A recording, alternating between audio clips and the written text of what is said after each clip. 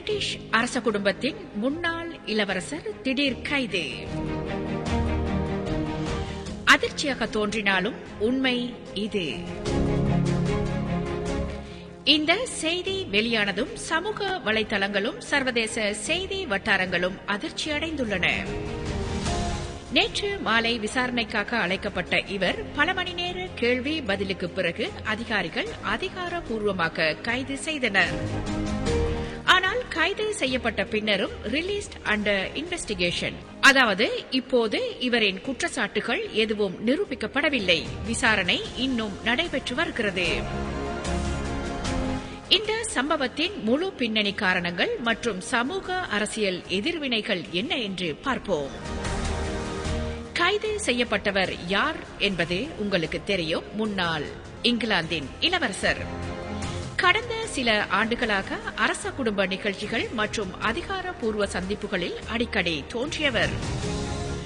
அவரது தொடர்புகள் மற்றும் தொழில் நடவடிக்கைகள் முன்னாள் பிரிட்டிஷ் முக்கிய நகரங்களிலும் பரபரப்பை கிளப்பியுள்ளன.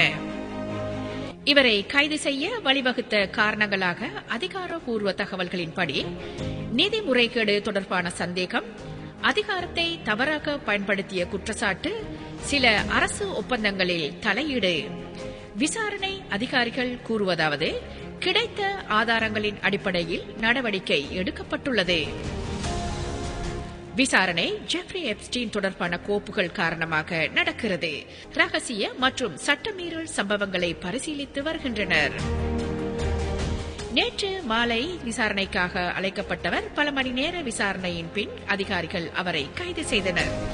மருத்துவ பரிசோதனைக்கு பிறகு காவல் நிலையத்தில் வைக்கப்பட்டார். சமூக மற்றும் அரசியல் எதிர்வினைகளை பார்ப்போமேயானால் சமூக வலைதளங்களில் கருத்து இரண்டாக பிளந்துள்ளது. சிலர் சட்டம் தன் வேலையை செய்கிறது என்கின்றனர். சிலர் இதன் பின்னணியில் இன்னும் தகவல்கள் இருக்கலாம் என்கின்றனர். அரசியல் வட்டாரங்களிலும் பெரும் கவனம், அதாவது குடும்பமும் விசாரணைக்கு ஆதரவு தெரிவித்துள்ளனர்.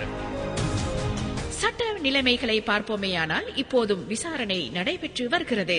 அவர் இன்று நீதிமன்றத்தில் ஆஜராக உள்ளார்.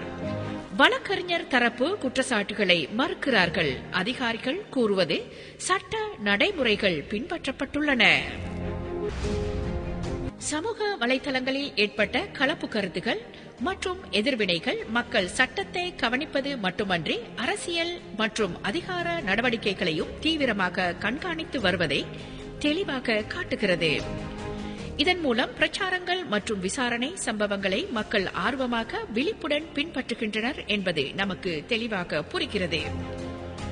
அரச குடும்பம் என்ற பெயர் இருந்தாலும் சட்டம் அனைவருக்கும் சமமாக செயல்படுகிறது என்பதற்கான தெளிவான எடுத்துக்காட்டு இது.